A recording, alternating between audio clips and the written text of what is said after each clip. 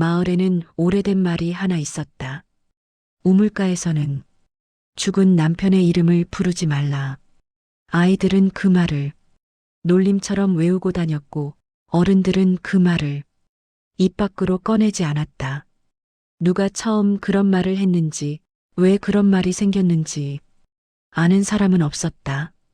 그저 마을에 사는 동안 그 말은 지켜야 할 것처럼 남아 있었다. 과부는 오래 이어졌다. 금기를 알고 있었다.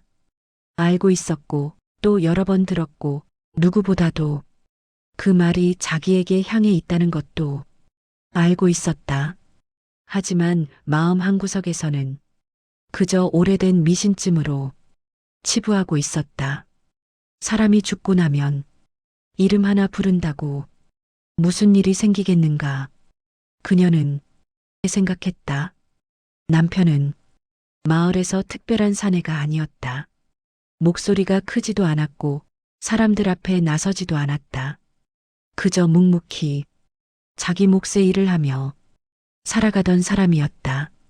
새벽이면 말없이 우물로 가 물을 길어왔고 해가 지면 말없이 집으로 돌아왔다. 그날도 그랬어야 했다. 남편은 아침 일찍 물을 길러 나갔다. 과부는 방 안에서 그가 두레박을 내리는 소리를 들었다. 찰랑 물과 나무가 부딪히는 소리. 그리고 그 소리가 이상하게도 오래 이어졌다. 보통은 물을 한번 길고 돌아올 시간이었다. 하지만 남편은 돌아오지 않았다.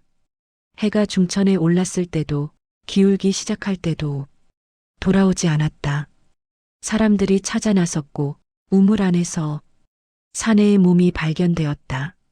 물은 이상하리만치 맑았다. 마치 아무 일도 없었다는 듯 사내의 얼굴은 고통스러운 흔적도 없이 잠든 사람처럼 편안했다고 했다. 사람들은 말했다. 발을 헛디뎌 빠진 것이라고. 우물은 깊었고 바닥은 미끄러웠다고. 과부는 그 말을 받아들였다. 받아들이지 않으면 살 수 없었기 때문이다. 장례가 끝나고 집으로 돌아온 뒤 과부는 밤마다 잠을 설쳤다. 우물 쪽에서 물이 흔들리는 소리가 유난히 크게 들렸기 때문이다. 마치 누군가 아직도 물을 깃고 있는 것처럼. 마을 사람들은 과부가 우물 근처에 가지 않도록 조심스럽게 말했다. 필요하면 우리가 물을 길어다 줄게요. 그 말에는 위로와 함께 묘한 거리감이 섞여 있었다. 과부는 웃으며 고개를 끄덕였지만 속으로는 이해할 수 없었다. 우물은 그냥 우물일 뿐인데 그녀는 남편의 제삿날이 다가오자 스스로 우물가에 가기로 했다. 남편이 생전에 가장 자주 서 있던 곳이었고 제사상에 올릴 물만큼은 직접 길어오고 싶었다. 해는 아직 지지 않았고 주변에는 아무도 없었다. 우물은 조용히 그 자리에 있었다. 과부는 두레박을 내려 물을 길었다. 그 순간 아무 생각 없이 입이 열렸다. 여보. 그 이름은 너무 자연스럽게 입에서 흘러나왔다. 그 즉시 우물 속에서 물이 출렁였다. 두레박이 우물벽에 부딪히며 둔탁한 소리를 냈다. 과부는 잠시 멈칫했지만 이내 두레박을 끌어올렸다. 그날 밤 과부는 꿈을 꾸었다. 깊은 물속에서 누군가 위쪽을 올려다보고 있었다. 얼굴은 보이지 않았지만 그 시선이 분명히 자신을 향하고 있다는 것만은 알 수 있었다. 여기야. 그 목소리는 너무도 익숙했다. 과부는 식은땀을 흘리며 잠에서 깼다. 귀에는 아직도 물소리가 남아 있었다. 그날 이후였다. 우물이 조금씩 달라지기 시작한 것은 물을 기를 때마다 두레박이 이상하게 무거웠다. 마치 누군가 아래에서 붙잡고 있는 것처럼 마을 사람들도 곧 알아차렸다. 물이 점점 탁해졌고 비린내 같은 것이 섞이기 시작했다. 노인은 우물 앞에 서서 한참을 내려다보다가 낮게 말했다. 이름을 불렀구나. 과부는 아무 말도 하지 못했다. 한 번 불렀으면 다시 부르게 된다. 노인은 그 말만 남기고 돌아섰다. 밤 과부는 다시 꿈을 꾸었다. 이번에는 우물 속에서 손이 올라오고 있었다. 물에 젖은 손이 우물벽을 더듬으며 천천히 아주 천천히 위로 올라오고 있었다. 춥다. 그 목소리는 의심할 여지 없이 남편의 것이었다. 그날 이후 밤마다 우물에서 소리가 났다. 두레박을 내리는 소리, 물이 출렁이는 소리, 그리고 젖은 발로 마당을 걷는 소리. 아침이 되면 마당에는 잠시 발자국이 남아 있다가 해가 뜨면 사라졌다. 과부는 우물에 가지 않으려 했다. 하지만 제삿날이 다가오자 결국 다시 그 앞에 섰다. 이번에는 아무 말도 하지 않으려 했다. 두레박을 내리자 우물 속에서 낮은 목소리가 들렸다. 이제는 내 이름을 모른 척 하는구나. 과부는 두레박을 놓쳤다. 한 번 불렀잖아. 물속에서 웃음 같은 소리가 났다. 그러면 끝까지 불러야지. 우물의 물이 점점 차올랐다. 마치 안에서 밀어 올리는 것처럼 과부는 뒤로 물러섰다. 그날 이후 우물은 덮였다. 사람들은 아무도 가까이 가지 않았다. 하지만 제삿날 밤이면 덮인 우물 안에서 물 푸는 소리가 들렸다. 그리고 사람들은 말한다. 그 과부는 어느 해 제삿날 우물가에서 남편의 이름을 끝내 다시 불렀다고. 그날 이후 그 집에는 물소리가 끊이지 않았다고. 두 사람이 아직도 함께 살고 있다고. 사람들은 그 집을 피해 다니기 시작했다. 낮에는 아무 일도 없는 것처럼 보였지만 해가 지고 나면 그 집 쪽에서는 항상 물소리가 들렸기 때문이다. 우물은 덮여 있었지만 소리는 덮이지 않았다. 찰랑, 찰랑, 마치 두레박이 아직도 오르내리는 것처럼. 처음에는 밤에만 들렸다. 그 다음에는 해질 무렵에도, 그 다음에는 대낮에도. 마을 사람들은 그 소리를 모른 척했다. 누군가는 말했다. 바람 소리겠지. 하지만 바람이 불지 않는 날에도 소리는 났다. 아이 하나가 그 집 앞을 지나가다 울음을 터뜨렸다.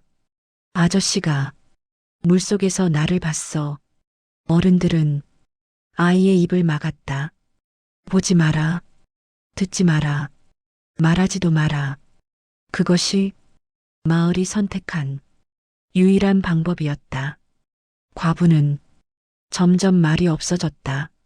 사람을 만나도 시선을 마주치지 않았고 대답도 필요한 말만 했다. 밤이 되면 그녀는 그 다음에는 우물 쪽을 향해 방 안에서 가만히 앉아 있었다. 처음에는 귀를 막고 있었다. 그 다음에는 귀를 막지 않았다. 그리고 어느 순간부터는 그 소리를 기다리고 있었다. 찰랑 소리가 들리면 과부는 숨을 내쉬었다. 오늘도 잊히지 않았구나. 그녀 스스로도 그 생각이 무섭다는 것을 알고 있었다.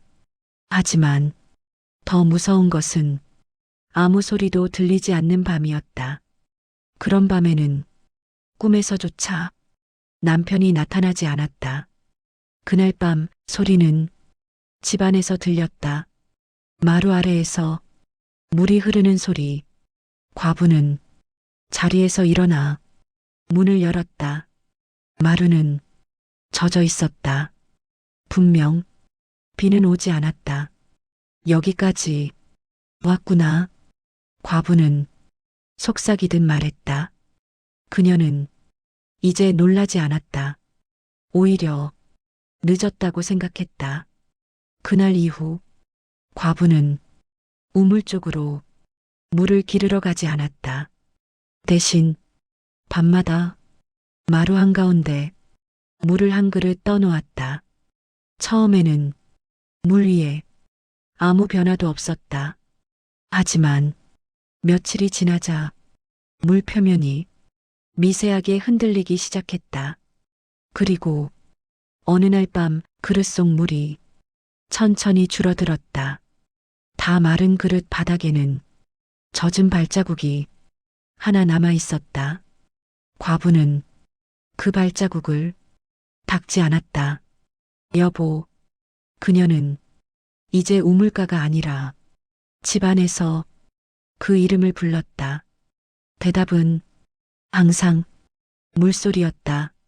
마을 노인이 마지막으로 그 집을 찾았다. 문을 두드렸지만 대답은 없었다. 안에서는 물소리만 들렸다. 노인은 문틈으로 안쪽을 들여다보았다. 방 안에는 사람이 없었다. 대신 마루 한가운데 작은 웅덩이가 있었고 그 물 위에 두 사람의 그림자가 겹쳐 비치고 있었다. 노인은 아무 말도 하지 않고 문을 닫았다. 그날 이후 그 집은 비어 있었다. 하지만 우물은 끝내 메워지지 않았다. 돌을 쌓아도 흙을 부숴도 며칠만 지나면 다시 꺼져 있었다. 그리고 마을에 새로운 과부가 생길 때마다 누군가는 반드시 이렇게 말했다. 우물가에서는 이름을 부르지 마시오. 한번 부르면 끝까지 불러야 하니까. 지금도 그 마을을 지나면 밤마다 우물 근처에서 두 사람의 발소리가 겹쳐 들린다고 한다. 물 위를 걷는 소리처럼 젖은 발로 함께 돌아다니는 소리. 그래서 그 마을에서는 아직도 밤에 물을 깃지 않는다. 그리고 과부가 된 여인이 우물 앞에 오래 서 있으면 사람들은 조용히 그 자리를 떠난다. 이미 누군가의 이름이 그녀의 입안에서 떠오르고 있다는 것을 알기 때문이다.